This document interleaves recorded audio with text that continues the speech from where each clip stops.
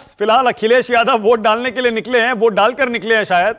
और आपको पता ही है कि इस बार डिंपल यादव मैनपुरी से चुनावी मैदान में हैं। लोग डिंपल यादव और अखिलेश यादव को एक ही मान रहे हैं। राजीव रंजन वहां मौजूद थे और वो कुछ लोगों से बात भी कर रहे थे, तो उनमें से एक महिला का कहना था कि यहां तो अखिलेश जी ही चुनाव लड़ रहे हैं, मतलब डिंपल लड़ रही हैं, अखिलेश लड़ रहे हैं, उनके लिए एक ही बात है।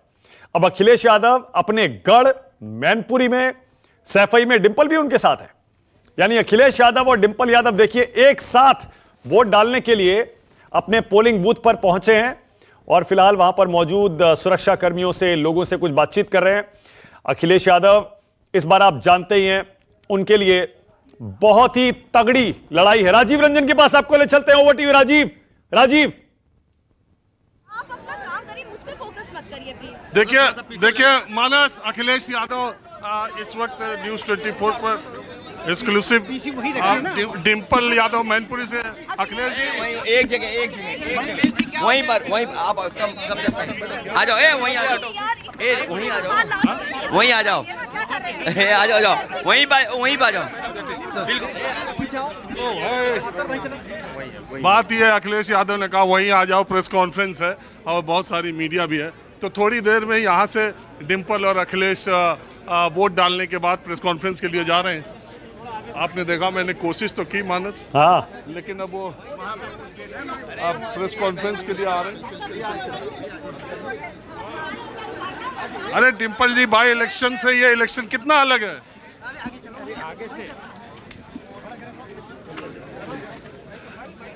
मानक, ये दोनों लोग प्रेस कॉन्फ्रेंस के लिए जा रहे हैं, इसलिए अभी बात नहीं करना चाहते हैं। 2 मिनट के बाद आपको अखिलेश यादव और डिंपल की प्रेस कॉन्फ्रेंस लाइव मिलेगी। आपको जाना है राजीव उस प्रेस कॉन्फ्रेंस में जहां बाइट देंगे, या फिर हमें और थोड़ा बताएंगे सैफई से इनका जो इमोशनल कनेक्ट है उसके बारे में? राजीव,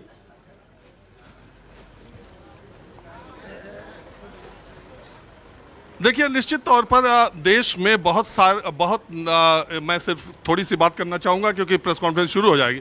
देश में 2 नेता ऐसे हैं जिन्होंने अपने गांव का, अपने क्षेत्र का जिस तरह का विकास किया वैसा दूसरे लोगों ने नहीं किया। उसमें एक नाम शरद पवार का आता है और दूसरा नाम मुलायम सिंह यादव का आता है।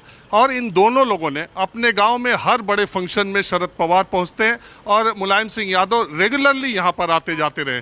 और सारे परिवार के लोगों का वोट जो है, वोटर आईडी कार्ड उन्होंने सैफई का ही बनवाया हर मौका, और सैफई वो होली, दिवाली, सारे मौकों, रक्षाबंधन पर आते रहे। ठीक इसी तरह शरद पवार ने भी ऐसा किया। हालांकि पिछले 2 चुनाव वो मुंबई के वोटर बन गए थे, लेकिन आज आपने देखा उन्होंने फिर बारामती के वोटर के तौर पे मतदान किया। और कई बार देश में लोग चर्चा करते हैं, मुझसे पूछते भी हैं कि आप बारामती और सैफई इतनी बार जाते हैं, आपको कौन सा ज़्यादा विकसित लगता है? तो मैं ये कहता हूं कि सरकारी नौकरियों के मामले में और अपने गांव देहात के लोगों को सरकारी नौकरी में डालने में या सरकार के प्रोजेक्ट के हिसाब से तो सैफई शायद ऊपर उठता है। और लेकिन अगर बारामती को देखें तो शरद पवार ने बारामती को सैफई से कहीं ज़्यादा विकसित बनाया है और वहाँ के लोगों को बहुत हद तक आत्मनिर्भर किया है।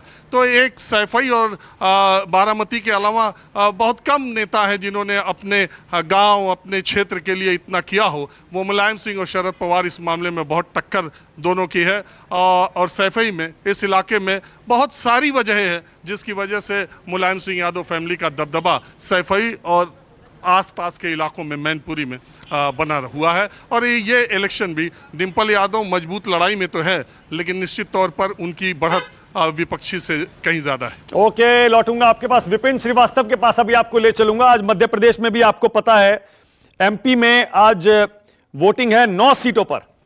विपिन, अभी लौट रहा हूं, जल्दी से एक अपडेट अपने दर्शकों को दे दें। सुबह के 10:30 बज रहे हैं। अभी तक हमारे पास 2 घंटे का जो आंकड़ा आया वोटिंग प्रतिशत का, उसकी जानकारी आपको दे दें। पश्चिम बंगाल में सबसे ज्यादा वोटिंग शुरू के 2 घंटे में हुई है, सुबह के 2 घंटे में। और उसके बाकी जो राज्य हैं, जरा इसको बंद करिए ईयरपीस को, उसके बाद की जो आगे की बाकी राज्य हैं वहां पर भी वोटिंग थोड़ी सी धीमी है। लेकिन जरा आंकड़ा दिखाइए।